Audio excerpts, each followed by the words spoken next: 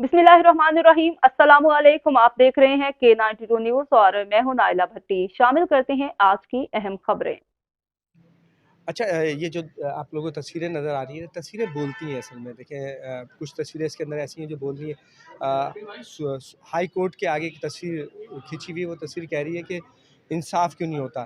तो इंसाफ की वो पुकार है, तो इस हवाले से तस्वीर बोलती है। बहुत अच्छा एग्जीबिशन लगी है, और अगर इसमें जो जहाँ पे मुखय्यर हज़रात हैं आएँ, उन लोगों की इन तस्वीरों को अगर ख़रीदें तो उनके लिए भी कुछ किफ़ालत हो सकती है। अच्छा, और माई कराची और कराची दोनों की तस्वीरें यहाँ लगी हुई हैं, दोनों चीज़ें चेंज हैं।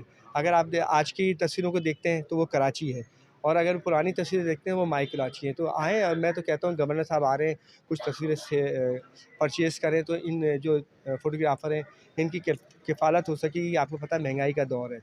तो बस ये कहूँगा कि तस्वीरें बहुत शानदार लगी हुई हैं। कुछ तस्वीरें तो बहुत ही अच्छी हैं जो बोल रही हैं कि ये कराची है और कराची में हमारे साथ क्या नाइंसाफ़ी होती है।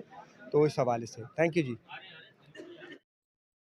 अब तक के लिए इतना ही। मजीद खबरों और अपडेट से बाखबर रहने के लिए देखते रहें K92 न्यूज।